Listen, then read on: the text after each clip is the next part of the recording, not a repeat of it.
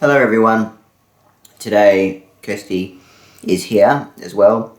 We're going to be talking about times when people think that Kirsty is not in fact my girlfriend and she is something else entirely. What do they think I am? Well, we'll talk about that in the video. Oh, okay.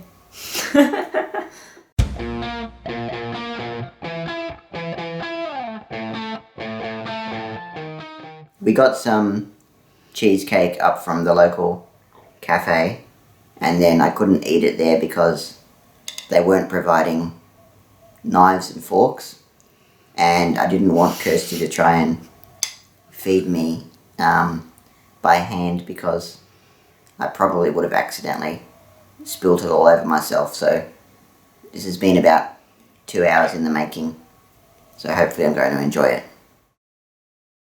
So Carl and I have been together for a few years now, and before Carl I'd never been in a relationship with someone that used a wheelchair. So there's a few things that I found to be a bit different, you know, dating someone that uses a wheelchair compared to someone else. I'm quite unique. Yeah. And I think, yeah, today we thought we'd just talk about some of those things that people might make assumptions about because Carl uses a wheelchair. When we first got together, I think one of the first things I noticed was how much people stare at us when we're together. So just walking down the street, you know, people seem to watch us, I guess, and I think they're probably wondering, you know, what our relationship is or why we're together, if it's you know, if I'm Carl's support worker, or some people say carer, if I'm a friend, and they probably, yeah, thinking I'm his girlfriend's probably one of the last things that they would assume. I think it's interesting because I don't really notice because I feel like maybe I'm used to people staring all the time, so sometimes people look at me and I don't really realise. But then for Kirsty it might have been a bit more different or a new experience. But for me I was kind of just already used to it. So yeah. And I think one of the times where it's like most obvious to me is when we're on public transport, because you know you're sitting on there for 45 minutes or so with the same person sitting opposite, and often people seem to just watch us for the whole journey. So I started pretty quickly to pick up on that and to want to make it clear that Carl's my boyfriend, so I would hold his hand or kiss him, so that people, you know, that were sitting there wondering what we were, you know, so they had that answer and they knew that I was actually his girlfriend and weren't assuming I was his support worker. So even on this YouTube channel, so I've only been making videos for a couple of weeks, couple of months, and when I've been, you know, promoting them or sharing them on Facebook and things like that, some people have commented and saying that, you know, my carer seems really nice or very helpful, and they're talking about Kirsty. And yeah. I think, you know, from the start I've already said that, you know, she is my girlfriend, so I wasn't really hiding it. I'm not ashamed of you. Thank which you. Is a good quality to have in a partner. You don't want to be ashamed of them. And yeah, so I think it's even interesting when, you know, even on my YouTube channel, some people have been thinking that Kirsty isn't actually my girlfriend. Yeah, even after you say that I'm your girlfriend. So one of the worst times that this has happened is when Carl and I were flying back from Europe. So we'd been in Rome and we were flying to Doha, and Carl needs people to come and help him get off the airplane seat and into one of their wheelchairs. I think that in itself, getting on and off the plane, is a whole another YouTube video, but sorry, I'll let you keep going. Yeah, so it had been a 5-hour flight. We had to get up pretty early in Rome to get to the airport on time. But when we arrived in Doha, the people said to me, "Mum, can you do," I forgot what they asked me to do, but something, and they assumed I was Carl's mum. And it really, it had been on a flight, but I don't think that I looked like I'd aged that much. Hopefully none of you think that I'm about 50 to 60 years old and old enough to be Carl's mum. Yeah, and it's funny. It's funny because Kirsty's younger than me anyway, so yeah. But I don't think it was very funny at the time. We were both quite tired.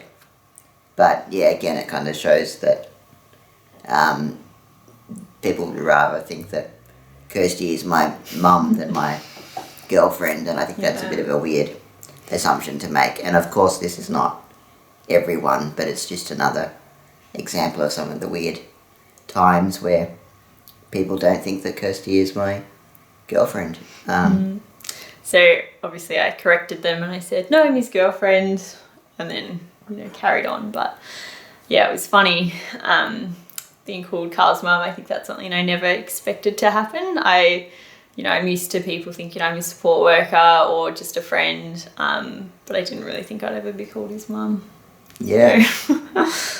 Anyway, I don't think I look that old, so hopefully none of you do either. No, I think you look good. Thank you. I think for me, sometimes I do a little bit more PDA than otherwise, I would.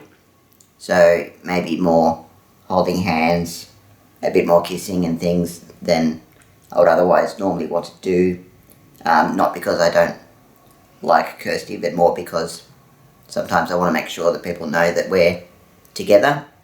There's a bit of a chance that, people might flirt with Kirsty or, try and hit on her or something at when we're out or at parties and things like that. And yeah, it's just making sure that people know that we're together. Sometimes it's not just what people say, but it's also what people do that indicates that they don't think that we're in a relationship or we couldn't be together. Or not necessarily us, but just someone that uses a wheelchair or someone with a disability. Yeah. So a couple of years ago, I booked some accommodation. So I booked a hotel and chose a king-size bed, as you do. It was a pretty fancy accommodation. And then I also booked a wheelchair-accessible room. So to make sure that they had a hoist and things that I could get on the bed and all that stuff. All the disability accommodations and a big bathroom and things like that. And then when we got there, they split the bed in two. So there were two single beds rather than one king bed. And I made sure that I checked the original booking and I did put down a king bed. So I just think that because, I put down some disability-related accessibility requirements that they then automatically assumed, we wouldn't be sharing a big bed. So, yeah, that was a bit annoying, but we did call them up and say, "Can you come please put the bed together?" And that was quite... Oh, it was a bit of an issue. I think that they hadn't done it before and they had to take bits off the bed so that they could go close enough together, and then I think they might have had to go find a new sheet or something. Yeah, it took a little while, but... Yeah, and we were awkwardly just kind of sitting in the room watching them do all that, and we couldn't leave because all of our stuff was in there and we didn't want to just kind of leave them, but we were awkwardly watching people make beds for about 15 minutes. And we obviously, we didn't want to be a pain, but also we didn't want to have single beds for a week that we were there. Yeah, and if you're paying for, fancy accommodation, you want to use it as much as you can, so... Yeah. Couldn't cut that. So I hope you enjoyed watching this video and learned a little bit about some of the assumptions that people make about us. Carl would like me to ask you to like and subscribe to this video, and feel free to comment and leave any questions or comments that you might have in the comments below. Thanks. Bye.